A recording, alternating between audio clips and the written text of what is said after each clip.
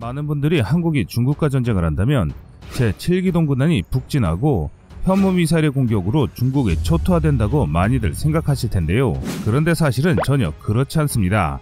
미사일과 강력한 부대로만 전쟁에 승리할 수 있다면 2003년 이라크군을 완패시킨 미군이 초라하게 이라크를 떠날 일도 없었을 것입니다. 국가와 국가 간 전쟁에서 무기와 군사력은 그저 수단이며 결국 정치와 외교가 전쟁의 결과를 결정합니다. 그래서 준비했습니다. 오늘은 여러분들이 다른 매체에서는 볼 수도 없고 다루지 않았던 현실적인 자료를 기반으로 한 한중전쟁에 대해 알아보겠습니다.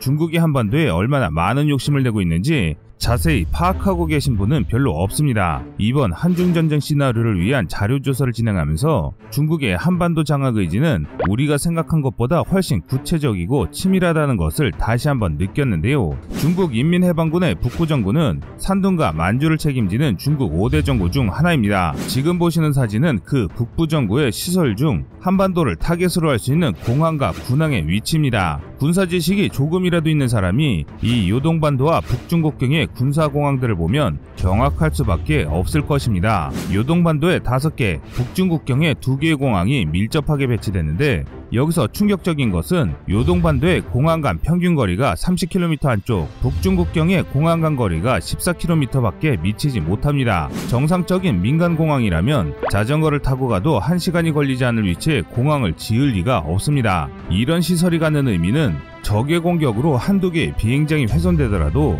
계속 공군을 투입하겠다는 의지입니다. 즉, 이 공항들은 한반도 침략을 위해 준비한 것이라고 밖에 볼 수 없는 것입니다. 그런데 이게 다가 아닙니다. 중국이 한반도 근처에 배치한 미사일들 역시 큰 문제인데요. 중국은 둥펑 15, 16 단거리 미사일을 북중국경의 단둥과 산동반도 등 여러 곳에 배치했습니다. 둥펑 15 미사일은 개량형의 사거리가 900km를 넘지 않는데 단둥에서 이 미사일을 발사할 경우 한반도 전역과 대마도, 규슈 북부 일부를 사정권에 둘 수 있습니다. 사실상 이 미사일들은 대한민국만을 노리고 만들어진 미사일이라고 해도 과언이 아닙니다. 이런 사실들을 비춰볼 때 한반도에 대한 중국의 집착은 소름 돋을 수밖에 없습니다. 그러나 앞서 말씀드렸다시피 중국의 군사력 팽창은 계속될 수 없습니다. 중국의 성장은 인구 감소와 경제 성장률 둔화가 본격화되는 2040년대에는 한계를 맞습니다. 반면 경쟁 상대인 미국의 성장은 멈추지 않고 있어 2030년에서 2040년 사이가 중국이 군사력으로 세계 패권을 노려볼 수 있는 마지막 시점이라고 할 수 있습니다. 그래서 중국은 자신들의 힘이 쇠퇴하는 시기가 도래하기 전에 큰 한판의 도박을 감행할 것이라는 게 전문가들의 의견입니다. 쉽게 말해 중국의 무력 침공은 이미 예견돼 있다는 것입니다. 2026년 김정은이 당뇨와 고혈압에 의한 심근경색으로 급사하면서 북한의 김씨 정권은 급격히 불안해집니다. 아직 어린 자식들을 대신해 후계자로 지정된 김여정이 위임 통치를 시작합니다. 그러나 김정은의 부인인 리설주와 권력을 두고 대립하게 되는데 이 일을 계기로 여성 지도자에 반감을 가진 북한 지도층의 불신을 사고 마는데요. 반면 이를 기회로 여긴 김정남의 아들 김한솔, 김평일의 아들 김인강, 김영주의 손자 등 백두 혈통 내 곁가지들이 김여정의 리더십 부족을 명분으로 각자 후계를 주장하며 반란을 일으킵니다. 여기서 말하는 곁가지는 백두 혈통이라 불리는 북한 김씨 중 직계가 아닌 이들을 말합니다. 김평일은 김일성 셋째로 김정일의 경쟁자였으며 김영주는 김일성의 동생이며 김정일의 정적이었습니다. 각 세력들은 자신을 후원할 수 있어 보이는 국가들의 지원을 요청하게 되는데요. 이에 반응해 대한민국, 미국, 중국 등이 북한의 이상사태를 감지하고 군을 이동시킵니다. 가장 먼저 움직이는 것은 북한의 동맹인 중국의 인민해방군입니다. 만주에 배치된 78, 79 집단군 소속 기갑부대가 압록강과 두만강으로 도하를 시작하고 산둥과 요동 일대에 배치된 공수부대 공강군의 수송기들이 평양으로 급파됩니다. 이들은 시안-20 전략수송기 한 기마다 탑재되는 2대의 15식 경전차를 포함한 다수의 장갑차로 무장한 기계화 부대입니다. 이들의 목표는 평양 북쪽의 순안공항으로 만약 성공적인 착륙에 성공한다면 평양에서 중국에 반대하는 세력을 일소하고 북한을 계례화할 수 있는 전력입니다. 뿐만 아니라 이들 수송기를 호위하기 위해 젠20, 선양16, 선양11, FC31 등의 전투기 부대와 조기 경보기, 전자전기 등 각종 지원기가 출격합니다. 칭다오와 리순에서도 북한 함대의 주력이 출격하게 되는데요. 중국은 2040년까지 6척의 항공모함을 확보할 예정으로 미국의 해군력을 뛰어넘겠다는 야심찬 도전을 감행하고 있습니다. 그래서 2030년이 되면 최소 한두 척의 항모가 북해 함대에 소속될 예정입니다. 또 중국은 2021년 현재를 기준으로 크기만으로는 세종대왕급을 압도하는 0550을 비롯해 0522형 등 수척의 이지스급 함정을 보유하고 있습니다. 따라서 2030년대가 된다면 중국의 북해 함대는 한두 척의 항모, 3-4척의 대형 상륙함, 3-4척의 이지스급 순양함, 10여 척의 이지스급 구축함과 각종 함정으로 구성된 대규모 함대가 될 것이며, 이들의 목표는 북한에 대한 신속한 개입 및 지원과 우리 해군의 이동을 차단하거나 경멸하는 것이 될 것입니다.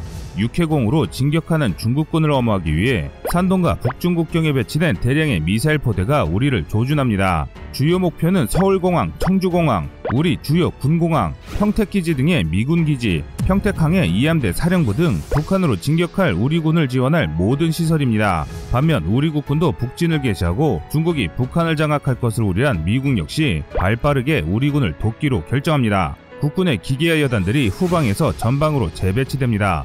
이와 함께 삐라와 확성기를 통해 대규모 공세에 앞선 대북 심리전을 전개합니다. 한편 지도자를 잃고 혼란에 빠진 북한군 중 다수가 심리전의 영향으로 탈영 또는 항복하기 시작하고, 우리의 K9A2, K55A1, 천무가 사전에 설정된 북한군의 거점으로 사격을 개시합니다. 현무철을 비롯한 탄도미사일들은 북한군의 핵심 진지와 공항을 타격해 사용불능으로 만듭니다. 우리 공항으로도 북중의 탄도미사일이 쏟아지나 대다수의 LSM에 요격됩니다. 국군의 타격은 거의 없으며 신속한 복구 작업으로 빠르게 회복됩니다. 이후 발사원점으로 현무펄을 중심으로 한 우리군의 탄도미사일이 반격을 가합니다. 우리 역시 중국의 방공망에 수기의 탄도미사일을 이르나 결국 공항 및 군시설을 타격하는 데 성공합니다. 사실 한국의 미사일 전력만 따진다면 세계 4, 5위권으로 우리의 공격을 막을 수 있는 나라는 많지 않습니다. 반면 우리의 공격이 적중한 공항이나 항구 주요 시설이 파괴되어 중국과 북한의 지원 시설이 큰 타격을 입게 됩니다. 이로 인해 중국군의 진격이 지연되고 빠르게 회복한 국군은 진격을 계속합니다. 이는 상대적으로 탄두 중량이 가벼운 북중의 미사일과 달리 훨씬 큰 탄두를 탑재한 우리 전술 미사일들의 공격이 한 발로도 더 큰 타격을 입힐 수 있기 때문입니다. 한국의 전력은 핵미사일만 없을 뿐이지 웬만한 전력은 군사강대국들과 싸워도 절대 쉬운 상대는 아닙니다. 또 우리 군의 방공망 역시 크게 제 역할을 다할 것으로 보이는데요. 2030년 되면 LSM, 천궁 중거리 지대공 미사일, 한국형 아이언돔으로 구성된 다층 방어망이 구성됩니다. 2017년 아산연구소에서 시뮬레이션을 통해 미사일 방어체계 효과를 분석했는데, 패트리어트 팩3의 단층 방어망보다 팩3와 사드를 결합한 독한 방어망의 방어효율이 탁월하다는 결과가 도출됐습니다. 한국 LSM의 최종 목표 성능은 사드급이며, 천궁과 LSM의 조합은 사드와 팩3의 조합보다 더 저렴하게 많은 체계를 더 조밀하게 배치할 수 있기 때문에 지상 최고의 방공방어 시스템인 아이언돔보다 강력한 미사일 방어 체계를 구축할 수 있게 됩니다. 한편 순항공항을 향해 움직이던 중국 공군과 북진을 엄호하기 위해 출격한 우리 공군이 출동합니다. 그러나 소수의 제2식과 FC-31을 제외하면 스텔스전 능력이 없는 중국 공군의 전투기와 수송기들은 우리 군의 F-35A에 의해 전자전기를 잃은 이후 일방적으로 학살당합니다. 특히 휴전선 인근에 배치된 LSM 포대들이 느린 속도의 수송기들을 연달아 격추시키는데, LSM은 사드급 탄도탄 요격체계인 동시에 사거리 150에서 300km급 대공미사일 역할도 수행할 수 있는데요.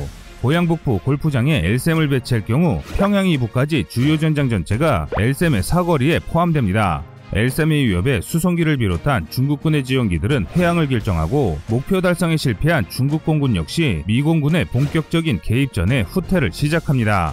제공권을 장악한 공군은 주한미군의 감시정찰 및 전자전 전력의 지원하에 보라매와 F-35A를 이용해 중국군의 대공방어를 무력합니다. 동시에 F-50과 F-15K를 통한 폭격으로 중국 지상의 진격을 저지하고, 특전 여단을 실은 중대형 수송기가 박천, 안주, 개천 등 중국군을 막기 위해 청천강 일대에 배치됩니다. 이와 함께 서해상에서도 대결이 이어지는데요. 리순과 칭다오 두 곳에서 출격한 북해 함대는 4.25 사업으로 배치된 5개의 라다위성과 미군의 감시정찰 체계, 서해 여러 지역에 배치된 우리 탐지 설비에 포착됩니다.